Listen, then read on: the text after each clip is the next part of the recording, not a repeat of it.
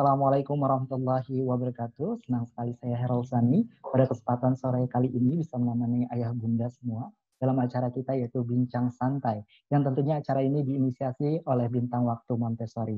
Sebagai informasi kepada ayah bunda bahwa acara ini yaitu akan kita laksanakan secara rutin yaitu 2 pekan sekali melalui IG Live maupun juga Zoom Meeting dengan mengangkat tema-tema yang tentunya menarik untuk kita bahas. Salah satunya yaitu parenting, ya, Montessori maupun juga education.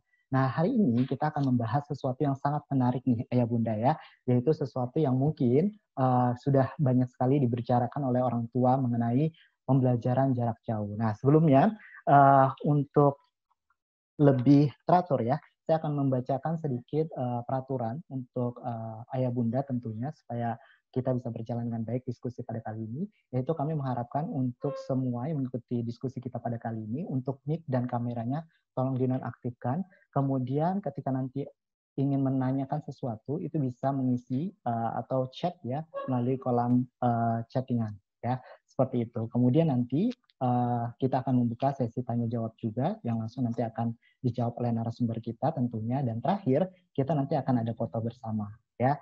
Kemudian hari ini pastinya sangat menarik temanya karena minggu lalu kita sudah pernah bahas tema ini gitu ya, dengan judul yang sedikit berbeda yaitu kembali ke sekolah pada masa pandemi, dan ini adalah kelanjutannya ya, kira-kira pembelajaran jarak jauh sampai kapan. Nah, itu tema yang kita ambil saat ini, dan langsung saja saya akan sedikit menyapa narasumber kita. Sepertinya sudah ada ya, Dr. Ahmad Wadi. Assalamualaikum warahmatullahi wabarakatuh, dokter. Waalaikumsalam warahmatullahi wabarakatuh. Apa kabar, dokter? Baik, alhamdulillah. Keluarga bagaimana, Gimana dok? kabar Jakarta? Alhamdulillah Jakarta ya normal-normal aja. Alhamdulillah dalam keadaan baik. Rotterdam bagaimana, dok? Baik, mendung. Oke, dok. Mungkin sedikit saya akan membacakan biografi dari dokter gitu ya. Kemarin mungkin juga sudah ada beberapa yang ikut serta, jadi sudah tahulah sedikit banyaknya tentang biografi dokter. Mungkin saya akan bacakan sedikit. Ya, nama narasumber kita lengkapnya adalah Dr. Ahmad Wadi, MSc PhD, lahir di Jakarta pada tanggal 7 April tahun 1986. Kemudian tinggal saat ini yaitu di Rotterdam, Nederland, Belanda. S1 yaitu Fakultas Kedokteran Universitas Indonesia ya, dok ya. Kemudian MSc in Healthy Economic Policy and Law di Erasmus University Rotterdam, dan PhD in Public Health di Erasmus University Rotterdam, Netherlands. Kemudian juga merupakan peneliti ya, dok ya, dan dosen di Fakultas Kedokteran Universitas Indonesia dan juga peneliti di Erasmus University Rotterdam. Ya, dok ya. Mungkin itu sedikit. Kemudian sudah menikah ya, dok? Sudah menikah. Alhamdulillah. Dengan dianugerahi 2 orang putra yaitu Biru dan Bumi, dan 1 orang istri ya, dok ya, dokter dia. Ya, alhamdulillah. Oke, dok, mungkin kita langsung saja ya, dok ya. Beberapa saat ini banyak sekali orang tua yang menanyakan tentang proses pembelajaran jarak jauh nih. Dan kemarin baru saja di Indonesia khususnya kita memasuki tahun ajaran baru, yaitu tahun ajaran 2020-2021. Arahannya dari pemerintah adalah bahwa kita tetap melakukan program pembelajaran jarak jauh ini. Sampai kapan waktunya itu juga masih belum ditentukan. Walaupun mungkin ada sekitar 104 kabupaten yang diperbolehkan untuk tatap muka atau melakukan pembelajaran offline. Nah, mungkin kita akan review sebentar, dok. Kira-kira ya menuju kita ke sana, yang saya ingin tanyakan adalah sebenarnya untuk di anak-anak sendiri penyebaran COVID itu seperti apa, dok? Ya, minggu lalu kita sudah bahas, tapi mungkin sekarang pesertanya berbeda, jadi bisa mungkin dijelaskan kembali, dok. Silakan, dok. Ya, baik. Memang banyak pertanyaan tentang bagaimana sih COVID-19 ini menyebar di anak-anak. Jadi kalau kita lihat data globalnya, bahkan data di Indonesia, itu memang proporsi anak-anak yang terinfeksi COVID-19 itu sedikit dibandingkan orang dewasa. Proporsinya di global itu sekitar 3-5% saja. Sedangkan di Indonesia memang sedikit lebih tinggi, sekitar 6%, tapi tendensinya masih sama, bahwa anak-anak ini cenderung tidak terinfeksi COVID-19. Nah, memang beberapa orang atau beberapa pakar mengatakan bahwa mungkin aja karena memang selama ini anak-anak ada di rumah, tidak ikut sekolah. Memang sekolahnya kan ditutup sejak ada pandemi ini. Terus memang tidak ada pemeriksaan screening massal untuk anak-anak. Tapi ternyata setelah dilakukan screening massal pun, ini baik di Korea Selatan maupun di Islandia, itu ternyata memang proporsinya memang segitu-segitu aja. Memang proporsinya kecil. Bahkan di Islandia itu dari semua yang diundang itu 0% anak-anak yang terkena infeksi. Memang banyak kemungkinannya. Jadi ada beberapa pakar yang mengatakan bahwa memang anak-anak ini antibodinya belum cukup matang untuk bisa membentuk antibodi terhadap virus ini, itu satu. Kemudian yang kedua, walaupun mereka terinfeksi, ternyata gejalanya tidak terlalu berat. Kebanyakan gejalanya ringan atau bahkan tanpa gejala. Nah, memang ada beberapa, jadi kan kita juga dengar bahwa ada beberapa anak-anak tuh kalau sakit, bahkan sakitnya berat. Nah, tapi kita mesti lihat dulu sebenarnya siapa sih anak-anak yang sakitnya berat ketika mereka terinfeksi. Ini mirip dengan orang dewasa sebenarnya. Jadi yang kalau dia terinfeksi, terus terinfeksinya berat, biasanya dia punya faktor kesehatan yang lain. Misalnya dia sudah punya asma, dia punya penyakit lain, termasuk juga malnutrisi atau kurang gizi. Nah, kalau mereka punya faktor-faktor ini, kecenderungannya mereka akhirnya bergejala berat, itu mungkin saja terjadi. Dan biasanya, kalaupun terjadi seperti itu, biasanya umumnya itu pada anak-anak usia di bawah 3 tahun. Gitu. Jadi bahkan kita justru melihat kalau dari data epidemiologisnya ya, jadi kita kan tahunya anak-anak itu rentan terkena COVID, tapi kita lihat dulu sebenarnya pada anak-anak usia berapa. Jadi kalau mau lihat kurvanya tuh kayak biola.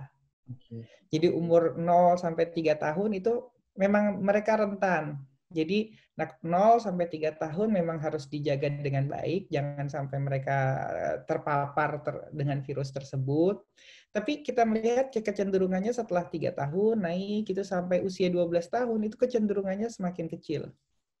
Ya. Kemudian nanti setelah 12 tahun dia mulai muncul lagi. Kenapa kok bisa kayak gitu? Salah satu hipotesisnya orang-orang berpikir bahwa mungkin setelah umur 12 tahun kan mereka udah mulai pisah tuh, masuk SMP, high school dan lain-lain. Interaksinya sudah berbeda dengan anak-anak SD gitu ya. Dan mereka antar satu dengan yang lainnya, anak-anak dengan anak-anak sekolah ya, itu tidak saling menularkan. Kecenderungan untuk saling menularkan itu kecil. Jadi ada beberapa studi, memang studinya bentuknya report, jadi belum ada studi yang beneran karena ini tidak etis ya. Dikasih masuk sana, masuk sini, siapa yang terinfeksi kan nggak mungkin. Jadi dicari di report, ternyata memang anak-anak yang walaupun ada satu anak di situ yang terinfeksi, tapi ternyata anak-anak yang lain itu tidak terinfeksi. Kalaupun mereka terinfeksi, umumnya terjadi di rumah atau dari orang dewasa di sekitarnya, bukan di sekolahnya. Gitu. Siap, Dok. Kemarin ada kasus, Dok, gitu ya, di Jepang kalau tidak salah. Kasus itu di tanggal 13 Juli kalau tidak salah. 2 orang guru ya, kemudian mengajar, kemudian di kelas itu sekitar 20 anak itu terkena COVID gitu, Dok, gitu. Tadi mungkin ada korelasinya ya, bahwa yang memang menularkan mungkin antara orang dewasa ke anak-anak gitu ya, Dok. Nah, kira-kira dengan seperti itu kira-kira penyebarannya seperti apa, Dok? Kok bisa kejadian di kelas tersebut? Iya, ini juga terjadi report penularan di sekolah juga terjadi di Israel. Gitu. Bahkan kemarin juga salah satu sekolah SMP di Belanda juga ada kasus seperti itu. Tapi yang terjadi adalah gurunya itu suspek atau tersangka COVID. Jadi memang mungkin sumber penularannya adalah gurunya. Nah, memang untuk anak-anak yang sudah relatif lebih besar itu itu justru kita lebih khawatir lagi mereka terkena. Makanya sebenarnya anak-anak SD gitu lebih kalau berdasarkan data ini lebih aman sebenarnya dibandingkan anak SMP, dibandingkan anak SMA. Jadi yang mestinya dibuka duluan kalau lihat datanya ya, sebenarnya anak-anak SD itu lebih aman dibandingkan anak SMP. Nah, oleh karena itu ada dua hal yang mesti kita lihat. Pertama, gurunya mungkin jadi sumber penularan. Oke. Ya, gurunya mungkin jadi sumber penularan, sehingga ini juga terjadi di banyak tempat ya. Kayak misalnya kemarin juga ada laporan paduan suara, itu mereka menyebar infeksi di paduan suara. Itu artinya orang yang ngomong, apalagi intensitasnya banyak, guru kan ngomong terus ya. Apalagi juga misalnya bunda-bunda pengasuh misalnya gitu ya, guru TK itu kan ngomongnya banyak, wah bla bla bla, apalagi mungkin juga kencang, sehingga perlu diwaspadai kondisi tersebut dan memakai perlindungan dengan tepat. Pakai masker paling tidak gitu. Jadi masker tetap dipakai. Masker ini tujuan utamanya bukan untuk agar dia tidak terinfeksi sebenarnya.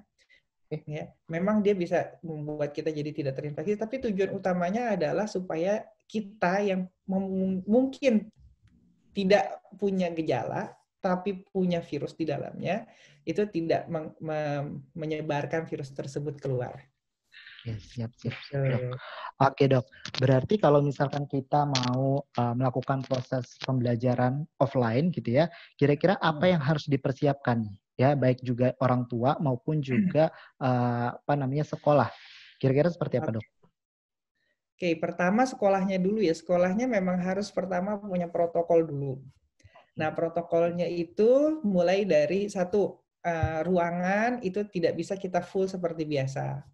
Jadi mungkin harus ada blended learning. Blended learning artinya mungkin seminggu ini berapa orang yang masuk, minggu depan berapa orang yang masuk, gitu ya. Jadi dipisah beberapa kelas. Jadi satu kelas ini misalnya ada 20 orang kapasitasnya. Oke, berarti kita turunin maksimal itu jadi 50%-nya atau 10 orang saja yang bisa masuk ke kelas tersebut. Satu. Kemudian protokol yang lain tetap harus dijaga, cara batuk, cuci tangan, dan lain-lain. Kemudian guru-gurunya, bunda-bundanya itu ketika bunda-bundanya bercerita, mengajar, gurunya sedang memberikan instruksi, itu pakai masker. Ya, memang tidak nyaman buat guru-guru, ini saya tahu bahwa pakai masker itu kan nggak enak ya. Jadi tetap karena kan lagi ngomong, walaupun tidak batuk, tapi omongan yang sering dan intens itu juga harus diwaspadai juga itu. Terus gimana lagi? Nah ini kita lihat ruangannya. Ruangan misalnya pakai AC itu harus punya ventilasi yang baik. Ya, jadi misalnya ruangan kelas kan sekarang banyak yang pakai AC ya. Ruangan kelas pakai AC, sebelum masuk itu ventilasinya dibuka.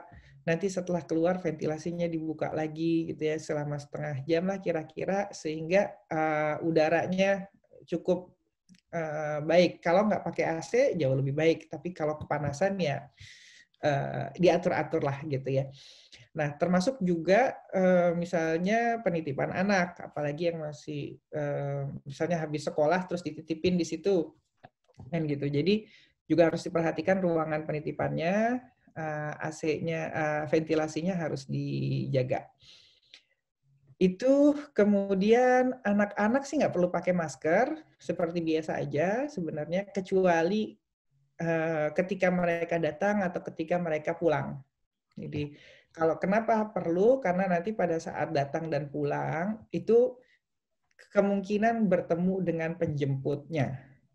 Penjemputnya mungkin orang tua orang lain, siapalah gitu yang tidak serumah dengan dia, itu mungkin saja bertemu di depan gerbang dan lain-lain, maka pakailah itu maskernya. Tapi kalau di dalam kelas sebenarnya tidak perlu.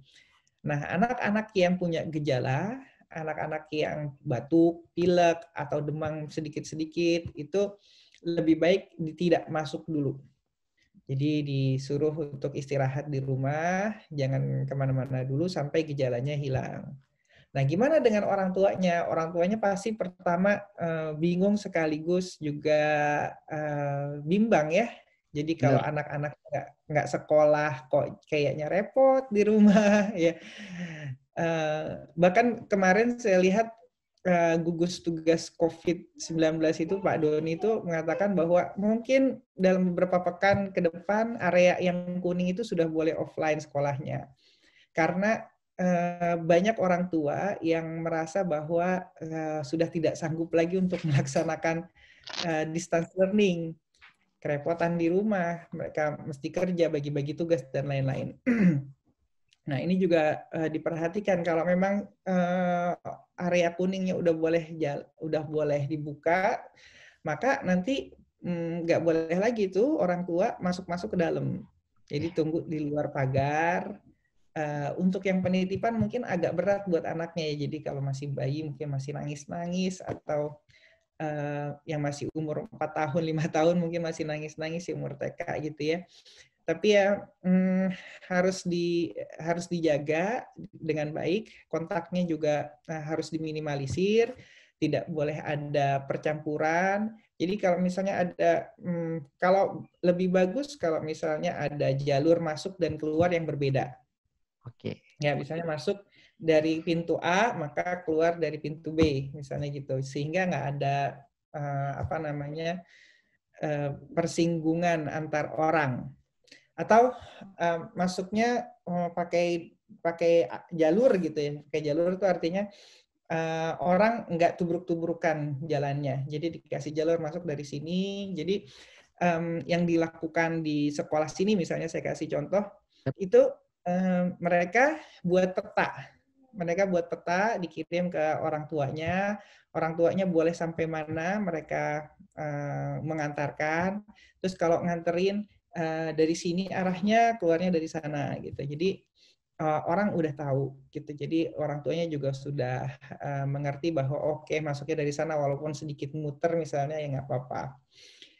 Itu kira-kira yang bisa kita kerjakan. Oke, Dok. Dok, terkait dengan anak-anak tadi di usia 3 tahun sampai 12 tahun, sebenarnya itu secara penyebaran COVID ya, dia bisa lebih tahan lah ya, bisa dikatakan seperti itu ya. Tapi yang agak sedikit rentan itu yang di bawah 3 tahun dan di atas 12 tahun.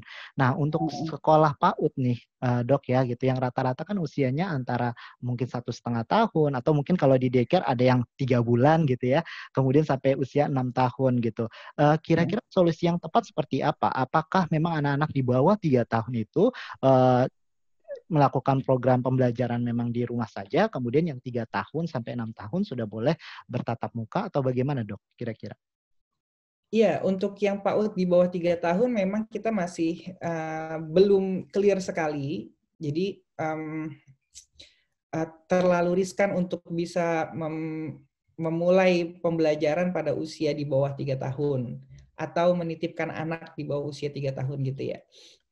Karena tanpa ada COVID pun anak-anak umur di bawah 2 tahun ini itu sering banget sakit. Saya masih ingat anak saya itu kalau masuk daycare itu satu sakit semuanya sakit gitu ya. Jadi Benar, Dok. biasanya umur 1 tahun sampai 2 tahun, nanti di atas 2 tahun biasanya flu-nya udah mulai reda, mulai itu. Jadi di bawah 2 tahun saya sendiri tidak merekomendasikan untuk dititipkan. Oke, siap. Sementara. Dititipkan sementara. Memang ini akan berbeda dengan negara-negara di Eropa atau di Belanda misalnya. Di Belanda sini atau di Eropa, mereka sudah mulai berani untuk menitipkan anak di bawah umur 2 tahun. Cuma masalahnya kan memang perbedaan kultur dan perbedaan kebiasaan ini jadi harus diterjemahkan secara berbeda dengan Indonesia gitu ya. Dan jadi di Indonesia saya tidak begitu yakin kalau umur di bawah 2 tahun itu bisa dititipkan untuk sementara. Kalau misalnya memang nih memang harus dititipkan, misalnya orang tuanya harus kerja dan nggak ada sama sekali yang bisa jagain di rumah, gitu misalnya gitu ya. Maka dibikinlah kesepakatan bahwa ini kelompok ini harus dipisahkan dengan kelompok yang lain. Dan komposisinya tidak boleh lebih dari 30% untuk yang awal. Awal mula ya. Jadi kalau misalnya ada 20 orang kapasitasnya, maka tidak boleh lebih dari 6 orang dulu. Kemudian pengasuhnya tidak berganti-ganti. Pengasuhnya dia saja, 1 orang atau 2 orang yang sama. Tujuannya apa? Tujuannya supaya kontaknya bisa kita trace lebih cepat. Jadi kalau ada apa-apa, kita tahu siapa yang selama ini berkontak dengan anak-anak tersebut. Oke, itu juga. Kemudian yang ketiga, kalau anak-anak ini sudah mulai rewel, kan anak-anak itu kadang-kadang enggak langsung keluar pileknya, enggak langsung keluar batuknya, mulai rewel, nggak jelas mintanya apa gitu ya kan, biasanya kita bisa ngelihat tuh kalau sebagai pengasuh udah ngeliat nih kok anaknya kayaknya sakit nih, tapi kok nggak batuk nggak apa. Nah mulai kalau seperti itu orang tuanya juga harus mengidentifikasi itu dengan baik, sehingga kalau anaknya udah mulai nggak baik kondisinya jangan dititipkan. Gitu. Nah, bagaimana mengatur prioritas siapa yang 6 orang, misalnya dari 20 kapasitas ini 6 orang ini siapa yang kita berikan prioritas. Nah, ini tergantung kesepakatannya sekolah dengan orang tua. Gitu. Siap, Dok. Oke, Dok. Berarti kalau misalkan tadi sudah di PAUD ya, Dok ya. Berarti otomatis yang 3 tahun ke atas itu diperkenankan sebenarnya ya untuk melakukan pembelajaran offline. Begitupun juga anak kita yang sekolah dasar gitu ya. Karena memang kebutuhannya mereka itu berbeda gitu ya, Dok ya, dengan mungkin yang anak-anak di SMP maupun juga SMA ya. Seperti apa, Dok? Iya, memang kebutuhan anak-anak pada anak-anak SD, PAUD, ini kan mereka butuh sensitisasi, kebutuhan emosionalnya mereka, psikisnya mereka itu butuh di develop, butuh dikembangkan. Kasihan sekali karena kita ngelihat pandemi ini 2 bulan pertama sampai 3 bulan pertama itu berdampak psikologis buat anak-anak. Anak-anak nggak boleh keluar, anak-anak nggak boleh main sama temennya. Itu teman-teman saya yang di Jakarta misalnya udah mulai stres tuh buat anak-anaknya ini. Aku udah mulai nggak betah nih, udah mulai stres, udah mulai marah-marah terus gitu ya. Mau dikasih apa lagi? Bapaknya bilang nggak boleh screen time-nya dibatasin. Tapi dia juga nggak boleh keluar rumah misalnya. Itu marah-marah aja anaknya. Jadinya anak-anak ini level stresnya jadi meningkat ya. Proses meningkat dan akhirnya dia jadi gampang tercetus ya. Gampang tercetus marah-marahnya. Nah, gitu juga orang tuanya sebenarnya. Orang tuanya kalau orang tua kan udah mulai kerja, baik itu kerjanya di rumah maupun sekarang udah mulai keluar ya. Nanti kerjanya di rumah terus harus ngasuh anak. Benar. Gitu. Ini harus bagi-bagi perhatian. Kadang-kadang marah sama anaknya, papa lagi kerja ini, diem. Begitu aja gitu kan gitu. Kalau mama lagi ngerjain yang lain gitu, teriak-teriak gitu ya, makin hari teriakannya makin kenceng. Nah, anaknya juga tambah stres kalau kayak gitu. Bahkan mungkin keinginan mereka belajar jadi semakin rendah. Memang tidak semua orang seperti itu ya. Orang tua ada orang tuanya yang baik, ada orang tuanya yang tidak mampu mengelola memanage dirinya sendiri sehingga itu berdampak pada anaknya. Dan ini udah terlihat di beberapa studi bahwa level stresnya orang tua itu meningkat dan level stres anaknya juga meningkat gitu. Nah, apalagi anak-anak sekarang mungkin nggak tahu di Jakarta masih tidak diperbolehkan keluar atau enggak. Jadi kasihan juga mereka nggak boleh keluar. Padahal sebenarnya seperti yang saya bilang minggu lalu, anak-anak keluar tuh sebenarnya nggak terlalu bermasalah selama mereka bisa menjaga jarak dengan orang dewasa. Jadi apa yang dilakukan di Belanda itu kemarin selama pandemi, bahkan ketika orang dewasanya di lockdown, ya, jadi anak-anak itu tetap punya hak untuk bisa bermain di luar. Jadi mereka mengatakan bahwa, ini pemerintahnya mengatakan bahwa anak-anak ini harus dijaga kesehatan mentalnya. Jadi sekolah, di rumah, tapi mereka juga harus tetap bisa main. Gimana caranya? Boleh diajak keluar sama orang tuanya, tapi orang tuanya sendiri saja.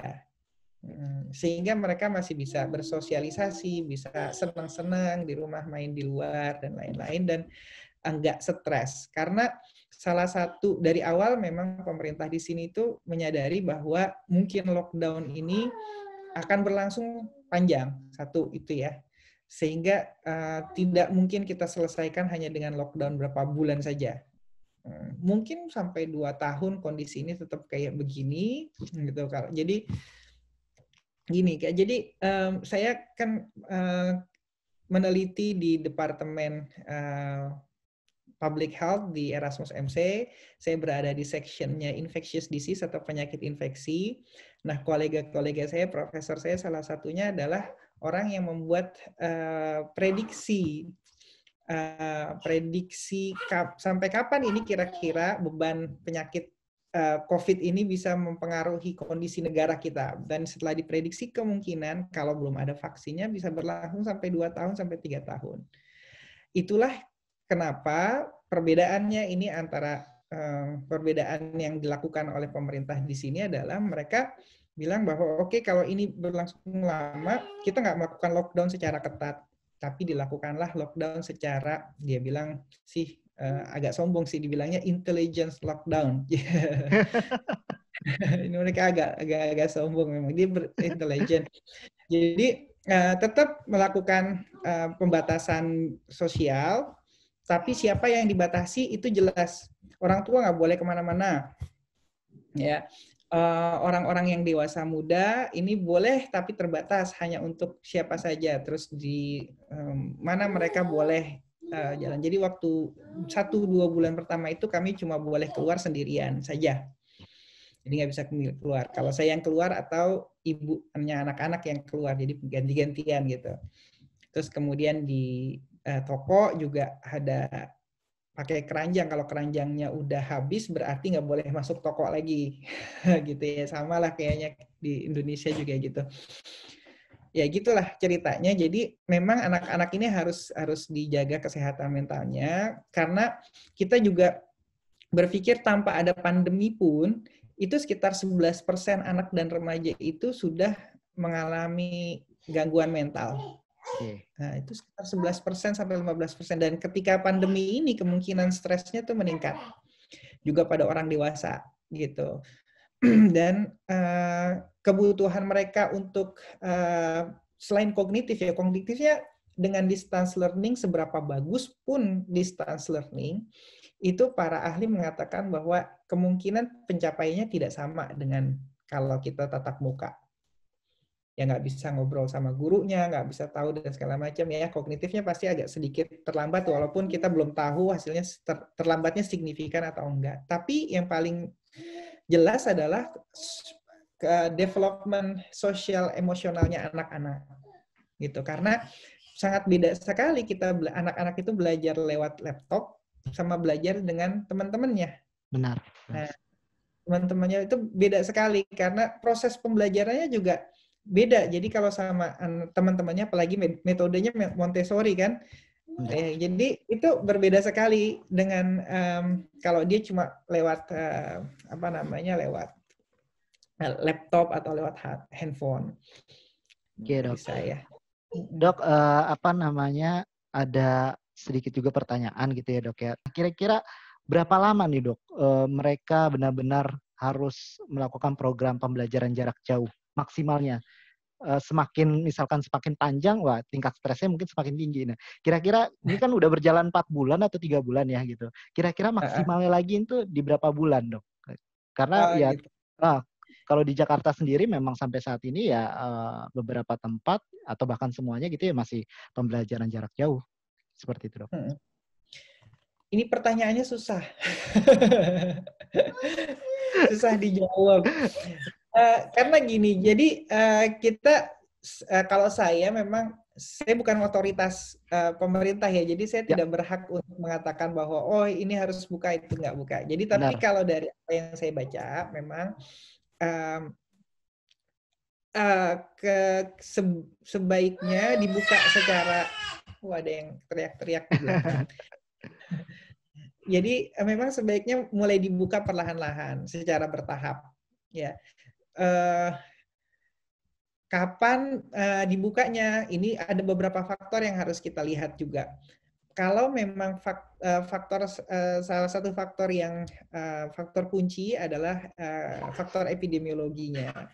Contohnya gini, jadi kalau memang di komunitas tersebut masih tinggi tingkat infeksinya, kita coba untuk tahan dulu sampai kemungkinan ada pelandaian.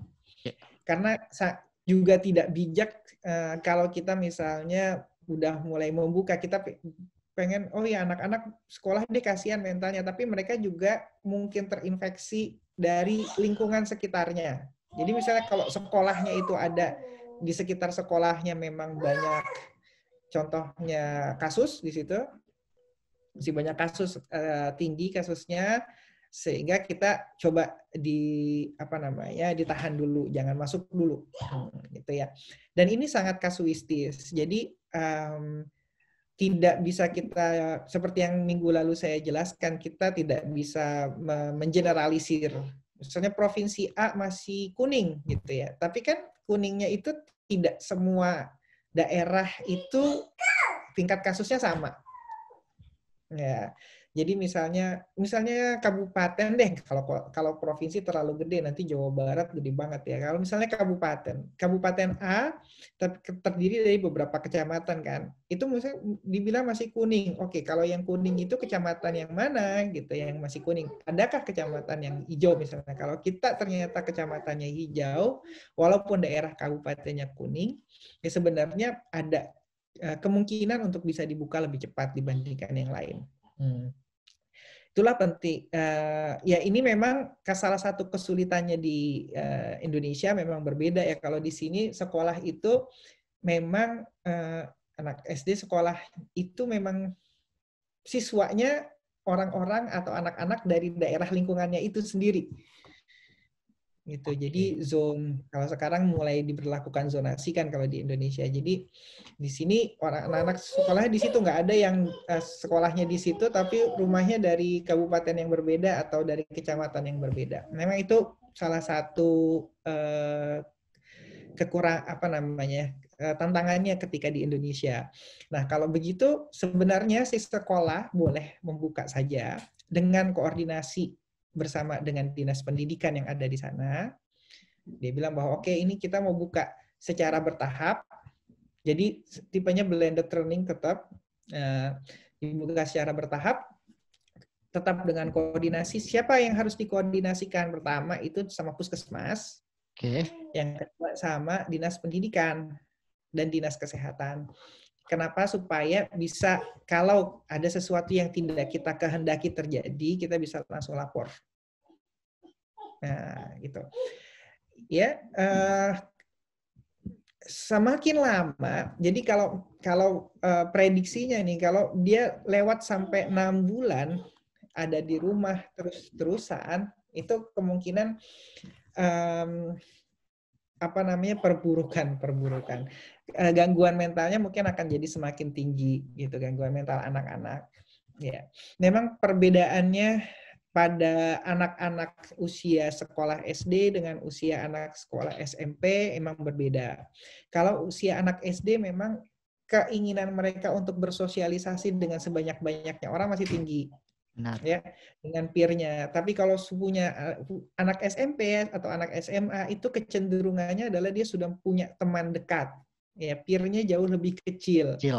Dan sekarang mereka juga perbedaannya, mereka udah bisa pegang gadget, komunikasinya juga berbeda gitu ya. Komunikasi antar peer-nya sudah berbeda. Kalau anak SD, peer-nya memang mereka ketemu, ngobrol, main-main. Ya. Kalau anak SMP itu dengan WhatsApp, dengan video call, mereka udah bisa enjoy dengan itu. Nah, ini yang harus kita pertimbangkan juga, sehingga makanya tadi saya berhipotesis bahwa sebenarnya yang perlu untuk lebih dulu dibuka anak SD dibandingkan anak SMP gitu. Oke dok. Informasi kepada ayah bunda dipersilakan ya jika ada mungkin yang ingin bertanya. Langsung saja kita bisa buka sesi tanya jawabnya. Kemudian ini dok, satu lagi mungkin ya terkait dengan informasi atau informasi terbaru lah ya mengenai penyebaran COVID ini gitu ya melalui airborne ya. Saya juga udah nonton YouTube-nya dokter nih. Luar biasa pembahasannya, bagus sekali. Mungkin bisa dijelaskan apakah memang seperti itu atau mungkin perlu penelitian lagi dok? Seperti apa dok? Jadi memang ada kekhawatiran dari banyak orang, jangan-jangan COVID ini menyebar lewat udara atau airborne, gitu ya. Tapi kalau saya bahas di YouTube yang kemarin saya share itu, memang bukti untuk penyebaran dari airborne itu, atau airborne itu gampangnya begini, kita ngomong aja, gitu, bisa nyebar ke orang, gitu ya.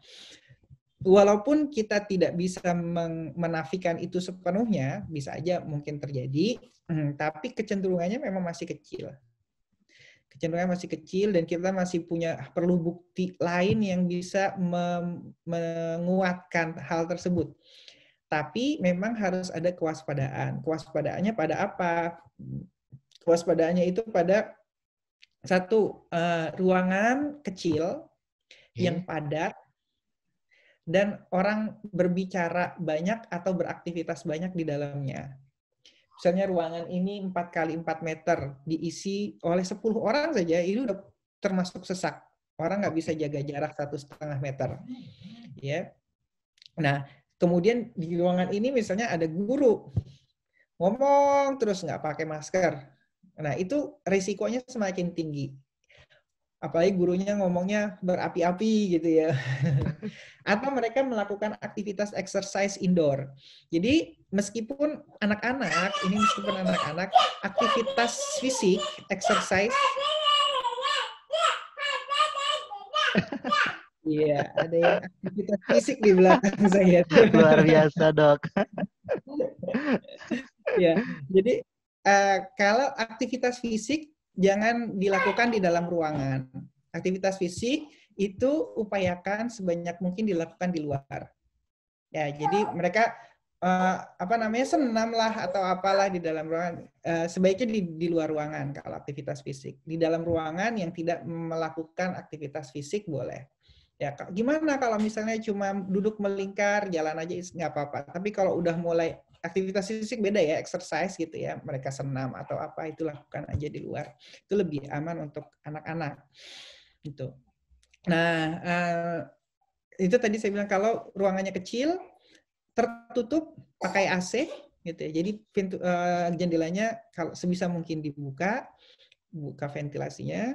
Kemudian pada orang yang sering banyak bicara atau beraktivitas fisik ini yang harus direduksi atau diminimalisir.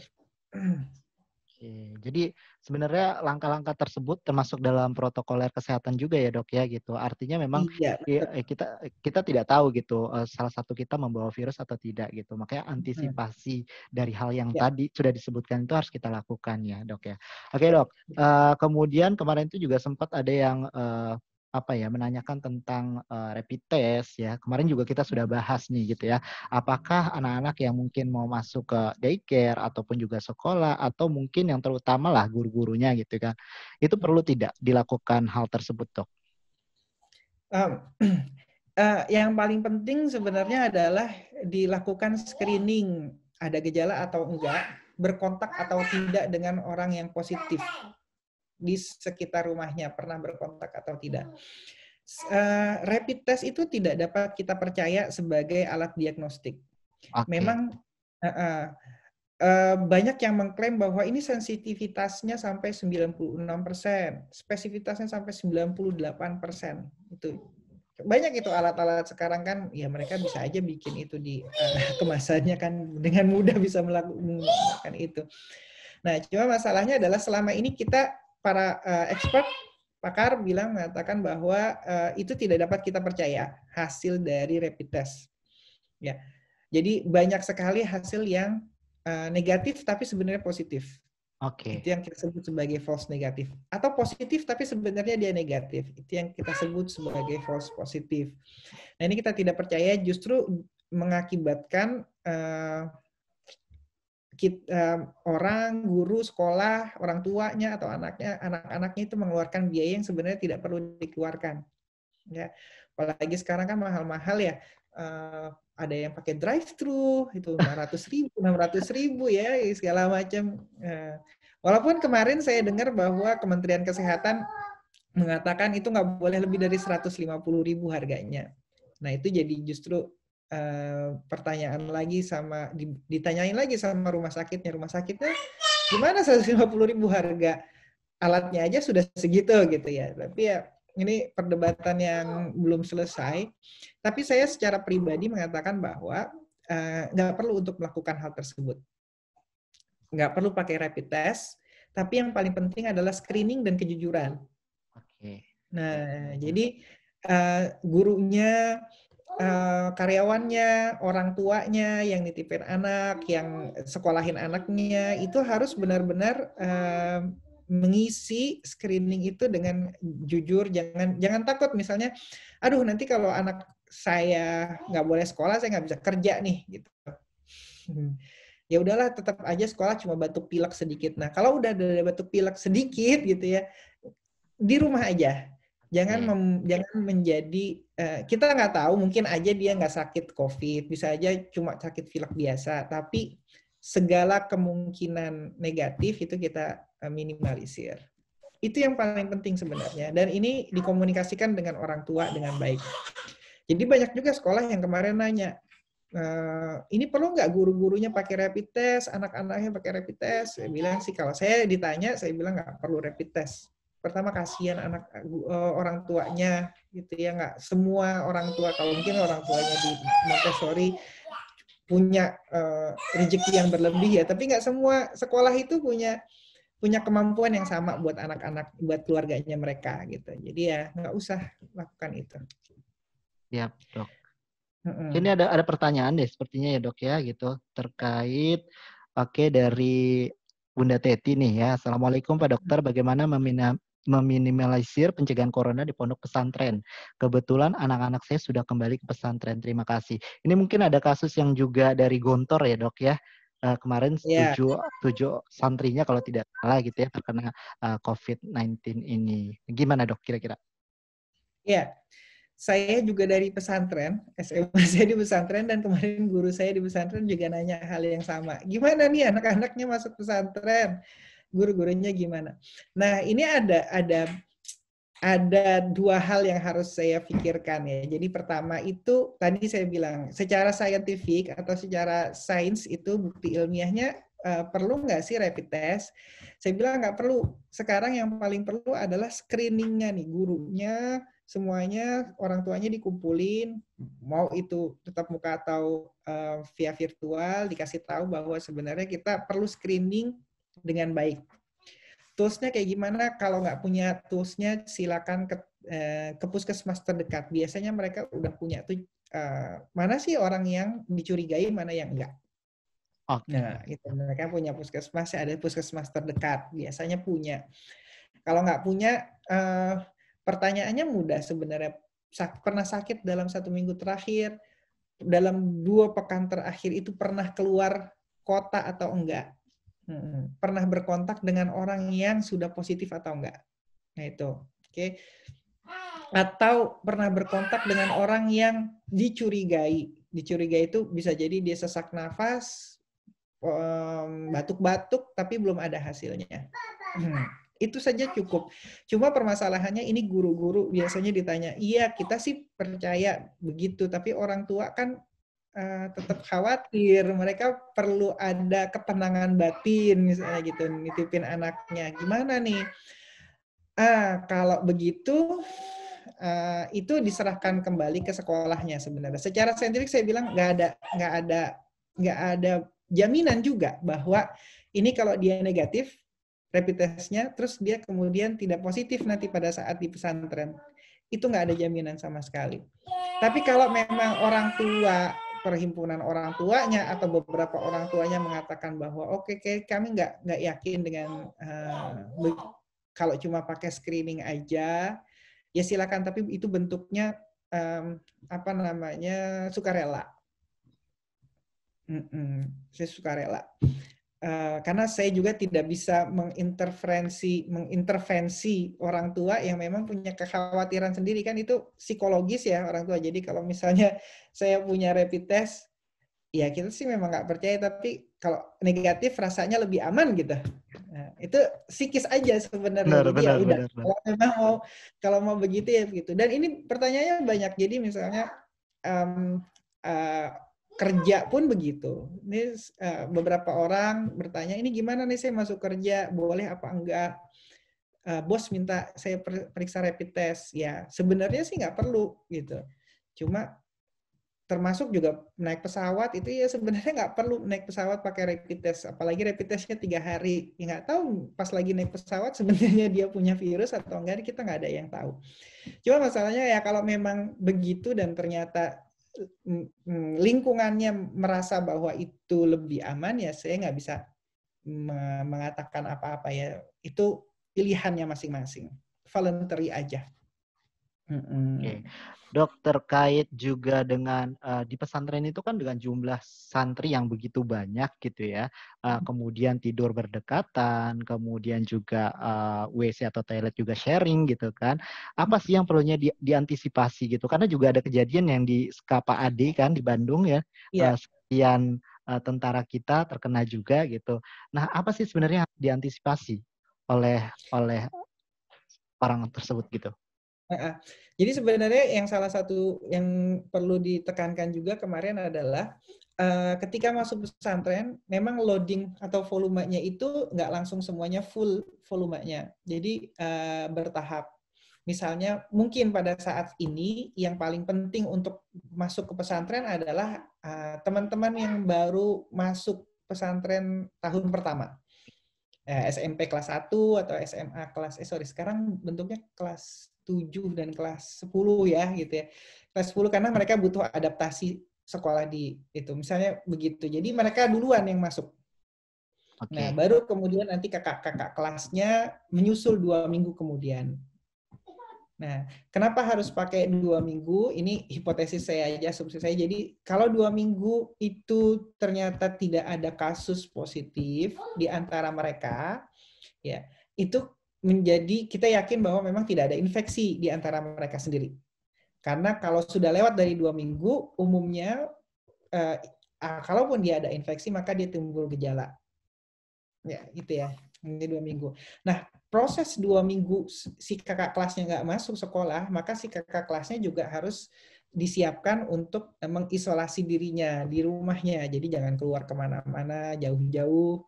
Boleh main di sekitar rumah, tapi nggak boleh pergi ke keluar kota atau pergi nge-mall.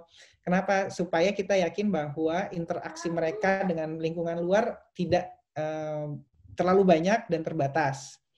Gitu ya. Sehingga masa 2 minggu itu pun kita juga bisa yakin bahwa tidak ada yang terjadi infeksi di antara mereka di rumahnya.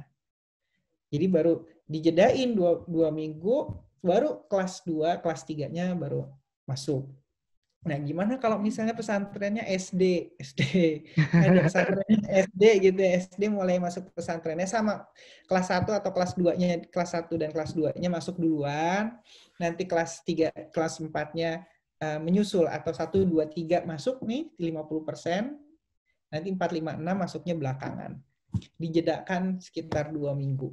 Itu sebenarnya paling itu yang secara logis itu bisa kita lakukan untuk lingkungan pesantren.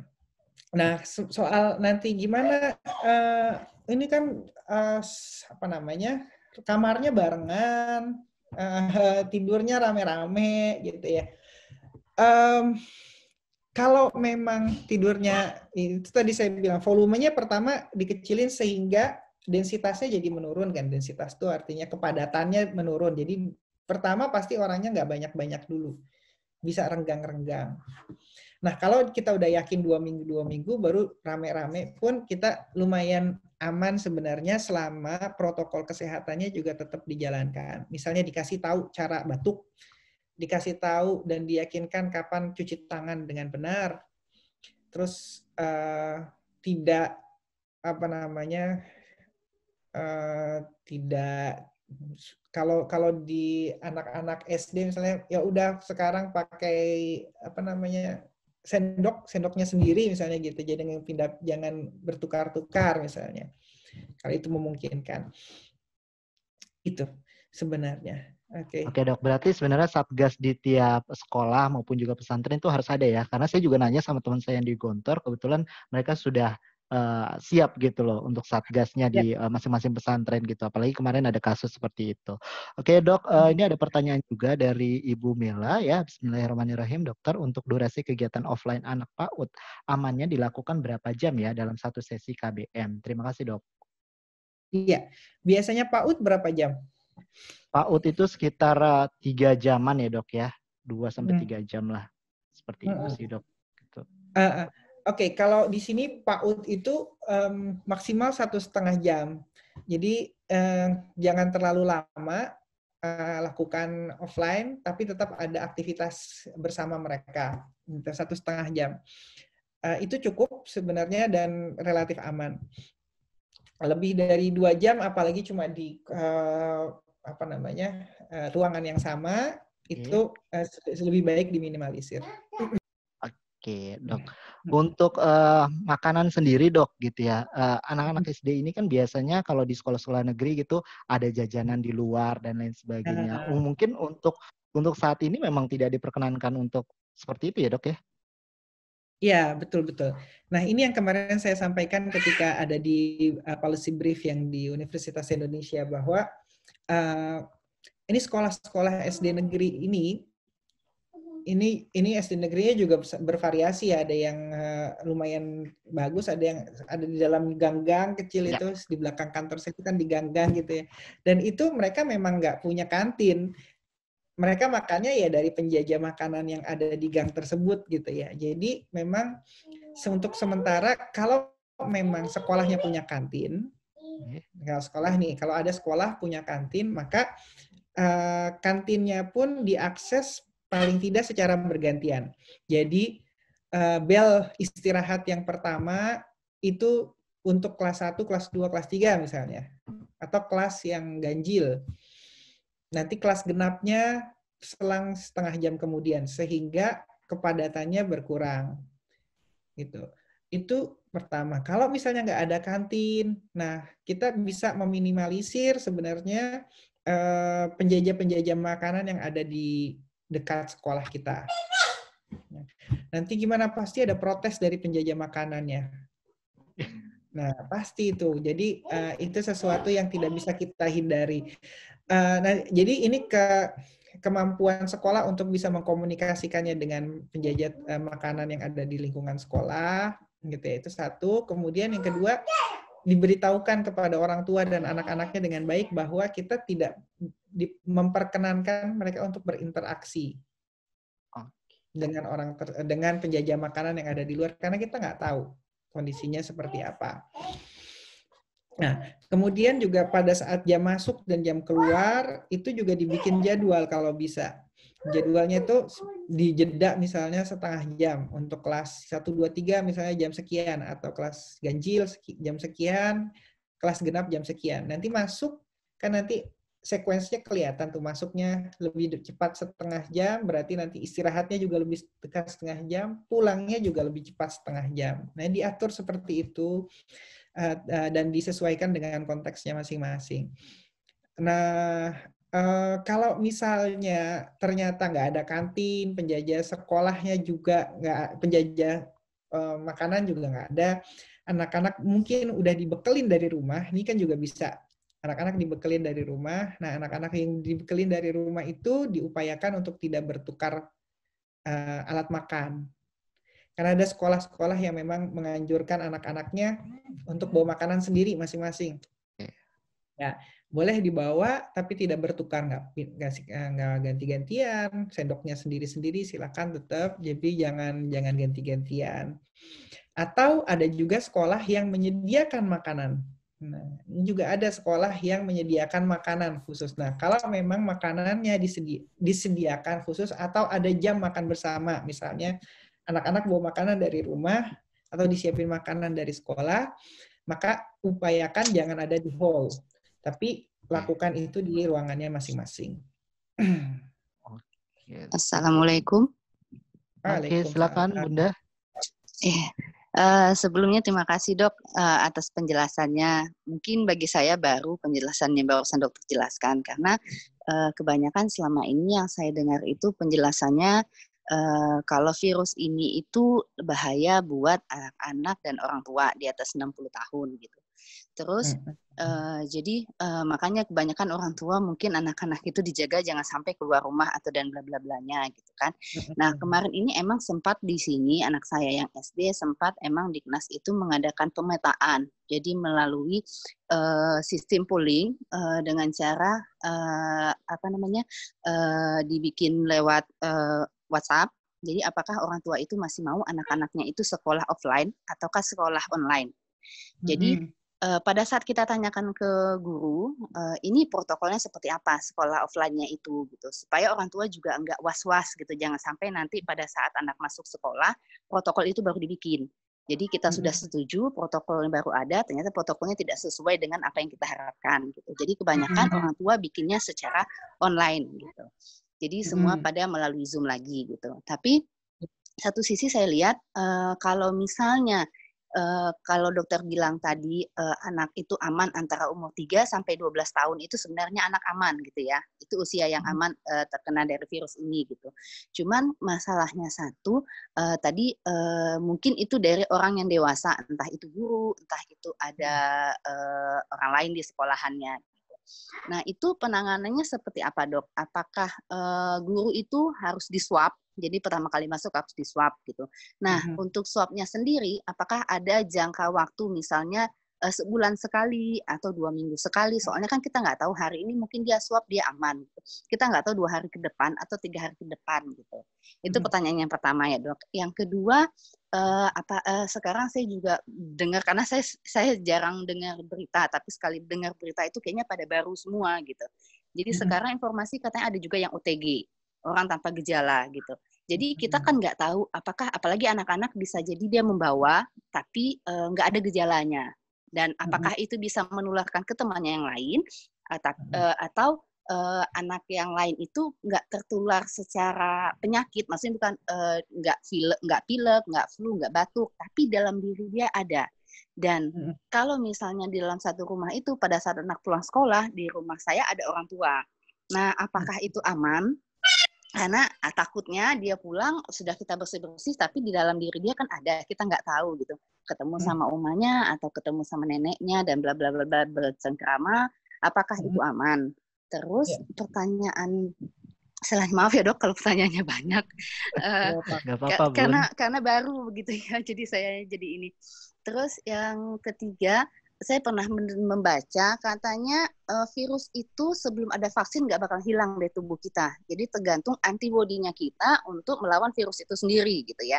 Jadi apakah anak itu sehat atau misalnya orang itu positif setelah 14 hari dia dinyatakan negatif. Udah dia sehat, udah dia positif, udah dia negatif, udah sehat, apakah virusnya itu pada saat daya tahan tubuhnya lemah lagi atau pola hidupnya tidak sehat lagi, apakah dia akan bangkit lagi virus itu dan akan menularkan ke orang lain atau misalnya selesai sampai di 14 hari aja? Ya, mungkin itu aja pertanyaannya Dok ya. Terima kasih Dokter. Assalamualaikum warahmatullahi wabarakatuh. Waalaikumsalam warahmatullahi wabarakatuh. Terima kasih Bunda. Silakan Dok. Ya, memang apa yang saya sampaikan ini mungkin nggak mainstream ya sama apa yang sering didengar di media massa atau di media sosial. Karena selama ini kita tahunya bahwa anak-anak itu adalah populasi yang rentan terhadap infeksi COVID ini, ya. Memang sih, memang kalau kita pasti tidak tega kalau anak kita terkena, kalau anak kita sampai diisolasi kan kasihan juga. Tapi memang kita juga ngelihat bahwa proporsi anak-anak yang terkena ini, saya tidak mengatakan ini aman, tapi kecenderungan mereka terinfeksi itu jauh lebih kecil.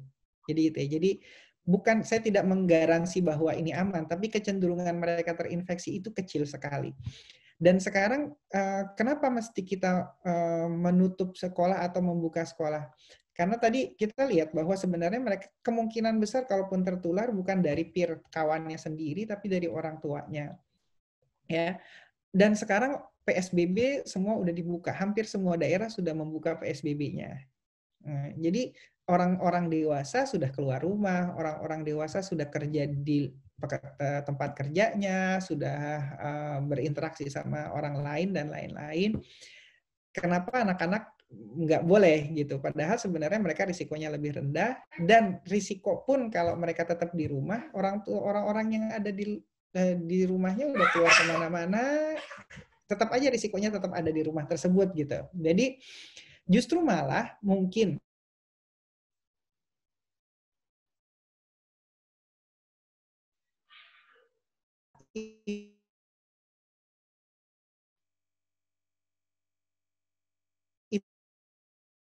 risikonya. Nah, sekarang tinggal bagaimana meminimalisir risiko yang mungkin terjadi.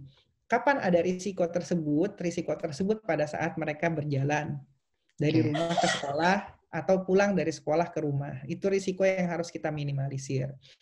Boleh nggak naik transport umum? Nah, ini pertanyaan yang sulit dan ini sangat kontekstual. Jadi kalau memang punya kendaraan, maka lebih baik pakai kendaraannya sendiri masing-masing. Kalau gimana misalnya saya nggak punya kendaraan, maka harus pakai transportasi publik. Ya, jadi dipersilakan, apa maksudnya? Ya boleh seperti itu, tapi dengan protokol yang tetap dilakukan dengan baik. Artinya pakai masker, maskernya beneran pakai masker, jangan masker tapi ketutupnya cuma mulut aja, hidungnya nggak kelihatan. Nah ini perlunya anak-anak ini perlu, sebenarnya paling penting adalah mereka pakai masker di luar, bukan pakai face shield ya.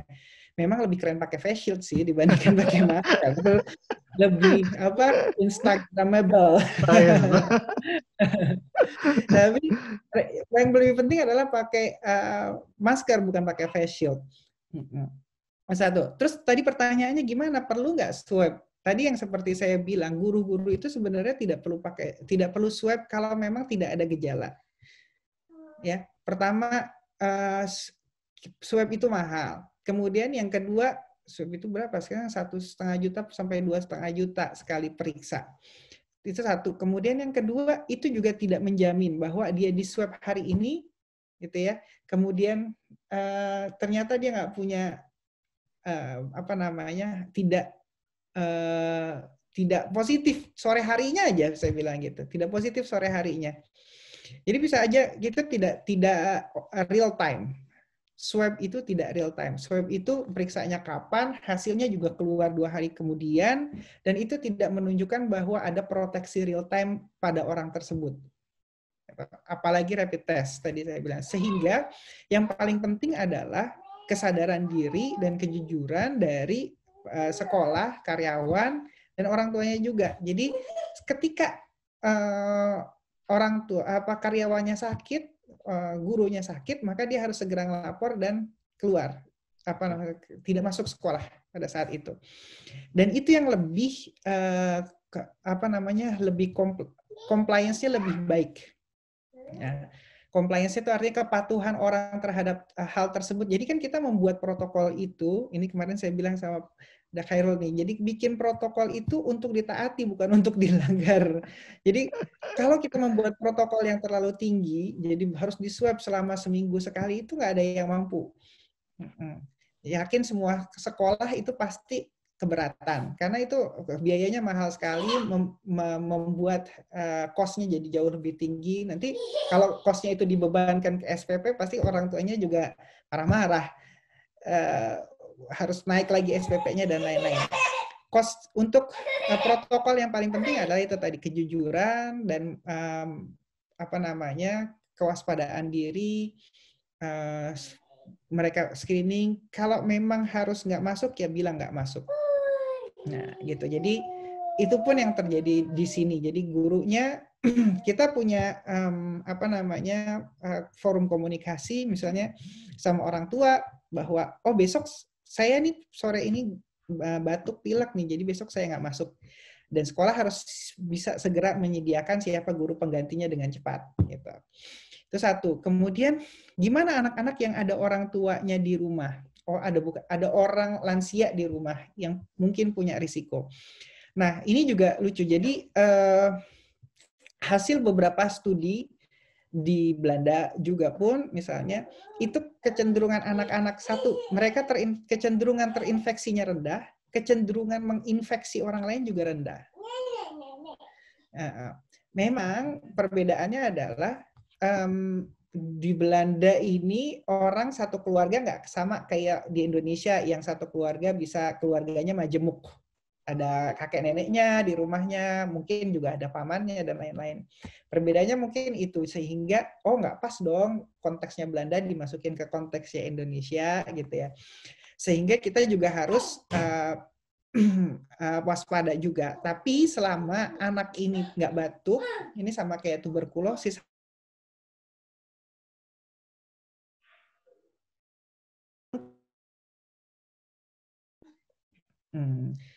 Walaupun dia sakit tuberkulosis, kecenderungannya seperti itu dari beberapa literatur. Nah, jadi kalau ditanya apakah aman atau tidak aman, saya tidak bisa menggaransi ini aman atau tidak aman. Tapi saya bisa mengatakan bahwa risiko tertular dari anak-anak itu rendah selama protokolnya tetap dijalankan. Tentunya gini, ada anak yang sekolah, ya udah kalau begitu selama beberapa bulan ke depan nggak usah cium pipi kanan pipi kiri sama opa dan omanya. Mau pergi sekolah atau pulang sekolah, nggak usah dulu gitu. Nggak usah cium tangan gimana, boleh apa enggak? Kalau dia baru mandi, cium tangan ya silakan. Tapi kalau bisa enggak, kalau mungkin enggak, kalau tidak perlu sekali sebaiknya diminimalisir, itu aja. Kemudian gimana nih antibodinya? Apakah virusnya nanti ada lagi? Ini ada yang mau ikutan? Boleh dok. Ya sebentar ya. Antibodinya gini, jadi memang ini virusnya baru dan kita belum tahu benar karakteristiknya seperti apa. Jadi ini kita belum kenalan, ini masih PDKT sama virusnya. PDKT dan berubah-berubah setiap waktu. Kenapa bisa berubah-berubah? Karena semua orang kan sedang belajar. Bisa jadi yang di Inggris ketemunya begini, yang di Prancis ketemunya begini, yang di Cina ketemunya begini. Jadi mungkin bukti-bukti ilmiahnya berbeda-beda. Tapi yang selama ini kita cenderung masih percaya bahwa kalau sudah terinfeksi virusnya, maka nggak akan terinfeksi lagi. Ya, tidak akan terinfeksi lagi. Sebentar ya. Memang ada kecenderungan, misalnya kemarin di Jepang itu mereka menemukan bahwa ada orang yang positif terus lalu negatif terus ketemu lagi positif. Nah kemudian ada beberapa ahli yang mengatakan mungkin aja ini tidak kalau bahasa awamnya nggak imun nih, jadi nggak tahan lagi, jadi mungkin aja dia terinfeksi lagi. Tapi kecenderungannya masih sangat rendah. Orang-orang masih percaya bahwa sebenarnya itu membentuk antibodi tadi dibilangnya ya, membentuk antibodi, jadi nggak akan kena lagi. Kenapa kok bisa positif? Kecenderungannya adalah mungkin kemarin pemeriksaannya salah, atau yang kedua memang kondisi virus dia terinfeksi baru lagi. Kok bisa terinfeksi baru lagi? Mungkin saja terinfeksi baru lagi kalau kondisinya memang drop. Mirip kayak misalnya, memang ini beda. Kalau tuberkulosis itu kan dari bakteri, ini virus. Ada orang-orang yang terkena tuberkulosis sudah sembuh, terus kena lagi karena kondisinya memang pada saat itu menurun. drop, kemudian dia terkena lagi. Mungkin aja terjadi dan itu masih kita pelajari meskipun sampai saat ini para pakar masih percaya bahwa ini muncul antibodi dan antibodi itu protektif. Protektif itu artinya sekali kena nggak kena lagi berikutnya gitu. Siap, Dok. Oke, Dok. Dok, ini ada pertanyaan lagi, Dok. Lanjutan dari Ibu Mela, yaitu apabila sudah KBM offline, bagaimana cara mendisinfektan alat-alat Montessori dengan benar? Ya, kebetulan kalau di sekolah Montessori itu kan ada materialnya ya, Dok ya. Nah, itu bagaimana caranya untuk mendisinfektan tersebut? Oke, bisa dengan sabun antiseptik bisa cukup, atau dengan cairan yang mengandung alkohol itu sudah cukup sekali sehari. Oke, Dok. Dan pastikan bahwa ini ya, jadi pastikan bahwa mainan itu bukan mainan yang bisa masuk ke mulut anak-anak. Siap. Itu. Oke, Dok, kemarin kita juga sempat bahas gitu ya. Di Indonesia itu kan anak-anaknya cukup rentan gitu ya, Dok. Karena rata-rata mereka itu perokok pasif gitu ya. Dari orang tuanya yang perokok gitu. Nah, itu mungkin yang menyebabkan untuk penyebaran COVID di anak-anak di Indonesia dibandingkan negara lain itu lebih lebih besar gitu. Dan akhirnya itulah menyebabkan pemerintah menutup ya sekolah untuk melakukan program pembelajaran jarak jauh. Seperti tidak, Dok, sebenarnya? Saya belum bisa jawab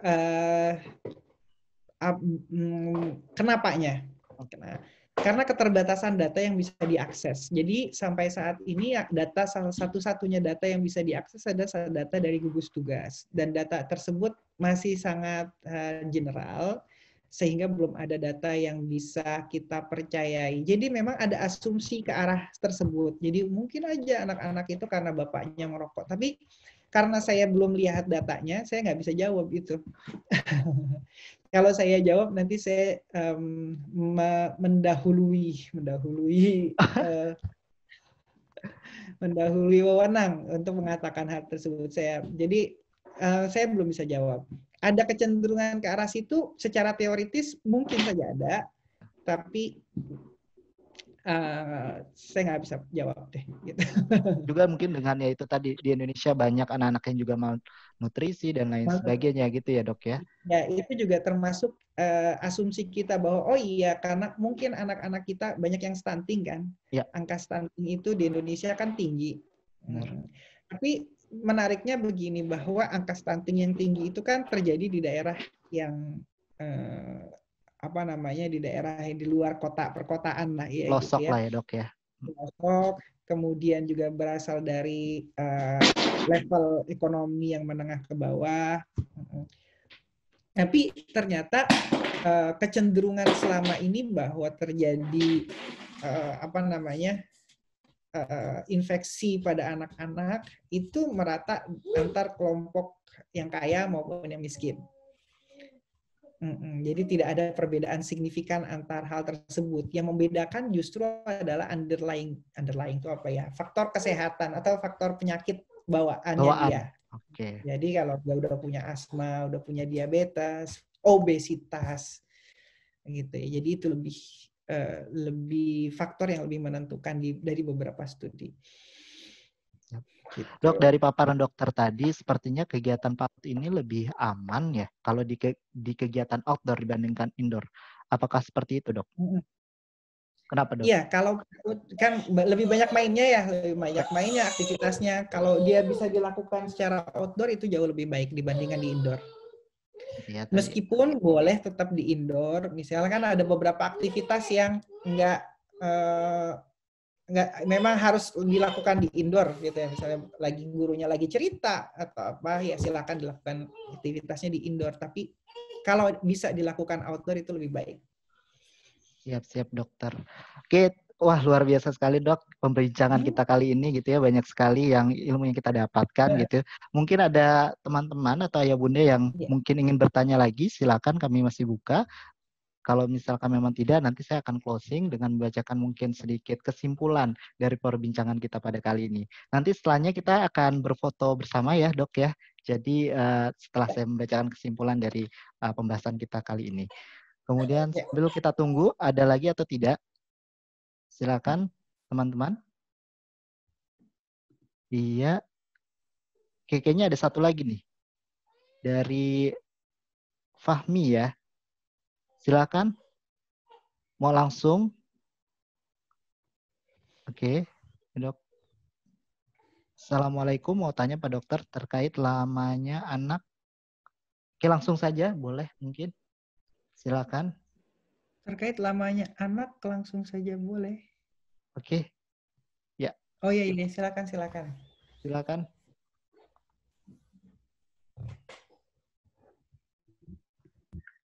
Halo, Assalamualaikum Pak Dokter. Waalaikumsalam warahmatullahi wabarakatuh. Ingin bertanya, tadi saya joinnya telat, jadi mungkin sudah dijelaskan sebelumnya atau belum, tapi saya ini menjadi pertanyaan gitu ya, bertanya-tanya terkait kalau seandainya nanti pembelajaran itu dilakukan secara offline. Nah, kami sebagai guru mungkin ya ingin menerima anak-anak itu yang untuk offline itu yang benar-benar sehat gitu ya. Nah, apabila dalam perjalannya pembelajaran offline nanti ada anak yang menunjukkan demam seperti flu, batuk, dan ya gejala-gejala flu dan batuk gitu ya, Pak Dokter. Terus nanti diistirahatkan. Nah, selama itu berapa lama untuk beristirahatnya agar bisa anak-anak itu kembali lagi ke sekolah? Oke, gitu ya. Jadi gini. Itu, terima kasih. Ya, terima kasih Pak. Ya, Assalamualaikum. Assalamualaikum warahmatullahi wabarakatuh. Jadi gini, jadi kalau anak-anak memang ada batuk, ada demam, tiba-tiba ya dia harus segera pulang. Dia harus segera pulang dari sekolahnya. Kemudian diistirahatkan sampai kondisinya membaik. Nah, pada saat kondisinya lagi sedang demam seperti itu, maka pihak sekolah dengan pihak puskesmas terdekat dengan sekolahnya itu saling memberitahukan. Nah, kemudian puskesmasnya jika mampu, itu dia melakukan screening apakah ini memang sugestif itu bahasa maka kemungkinan memang dia terkena COVID atau tidak gitu, bahasa gampangnya gitu. Memang curiga COVID atau tidak. Kalau memang bukan curiga COVID, maka setelah dia selesai batuknya, pileknya, kemudian tidak ada perburukan, maka boleh bisa sekolah lagi. Ya, udah aman nih, nggak ada batuk lagi, nggak ada pilek walaupun setetes ya.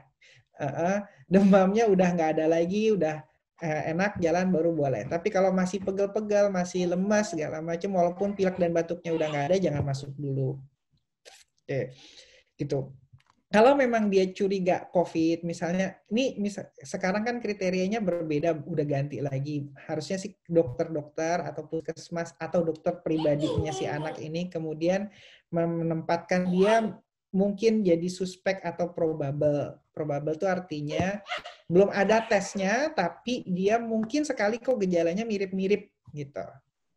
Nah, kalau gejalanya mirip-mirip, nah ini perlu komunikasi yang baik antara sekolah, orang tua, dengan dokternya. Ya, nggak perlu takut.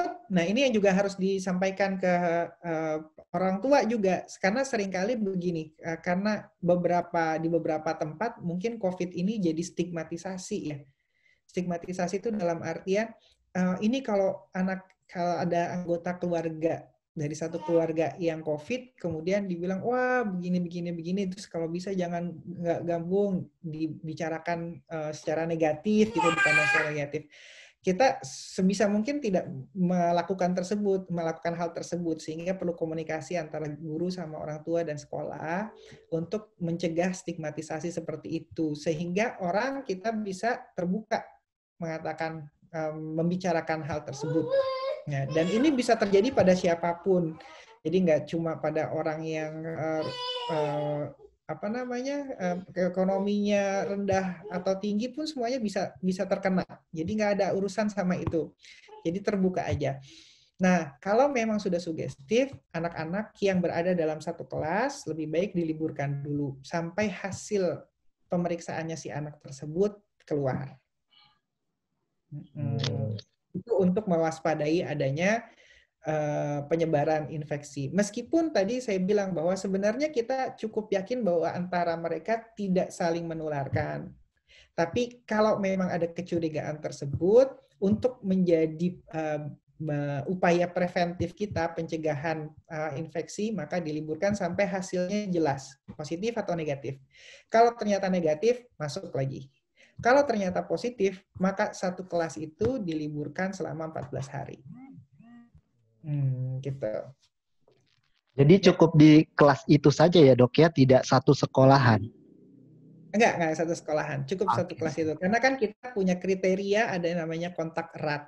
Ya. Jadi kalau cuma kontak sama kakak kelasnya cuma say hi, ketemu di jalan, itu bukan kontak erat. Oke, kontak erat ya. Oke, ada lagi mungkin Ayah Bunda? Oke, sepertinya mungkin sudah selesai kali ya dok ya untuk pertanyaan. Jam juga sudah menunjukkan pukul 17.30. Saya sedikit membacakan kesimpulan kita ya dok ya, bahwa proses pembelajaran jarak jauh ini sebenarnya dipersilahkan gitu ya untuk mungkin ketika mendapatkan izin dari pemerintah gitu ya. Ketika memang itu nantinya sudah diizinkan oleh pemerintah, maka harus ada hal-hal yang harus dipersiapkan oleh sekolah, tentunya yaitu terkait dengan protokoler kesehatannya gitu ya. Dan itu harus dilakukan juga oleh anak, kemudian sekolah dan juga orang tua bersinergi. Begitu juga dengan instansi-instansi tertentu yaitu seperti puskesmas mungkin di daerah tersebut, kemudian dinas pendidikan maupun juga dinas kesehatan.